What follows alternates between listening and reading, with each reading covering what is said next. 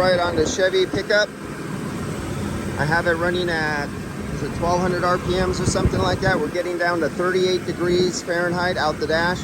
See a little bit of ice forming here and a little bit of ice forming here, and then it cycles off. As soon as it starts to hit ice, it turns off, you know, the cycle, the clutch. And let's see what the RPMs are. Now, check this out. I gotta show you a snapshot. Okay, there it is. What is that? About 1300 RPMs. I got it held at 1300. 38 degrees coming out of the dash. The weather, it is 65 degrees. The ocean is right over there. You can see how windy it is. I'm literally, again, blown back on this wind, this hill right now.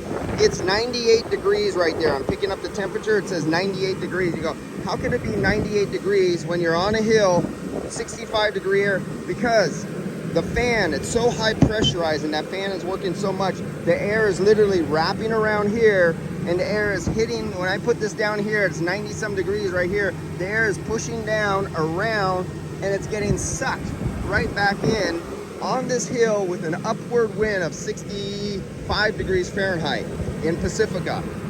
This is how messed up it is when you're just sitting with gauges and a hood open and you're trying to do tests and you're wrapping around the air.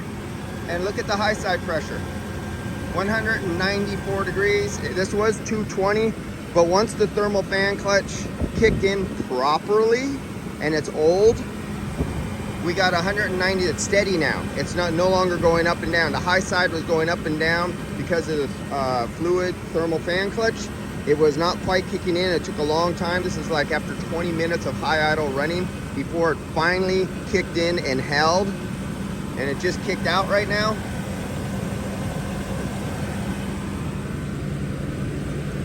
So we got 90 some degree air wrapping around and just reheating on a 65 degree day, sitting out in the sun. This one's at idle on this Jeep, and 189.27 at idle. And it's also coming out 45 degrees out of the dash. It was 47 earlier, but now it's cooling down. It's sitting in the sun. It was baking hot inside there. It's down to 44, 45. This goes down to 38, and good to go. But this is nothing like some of the high temperatures I hear guys say they should get.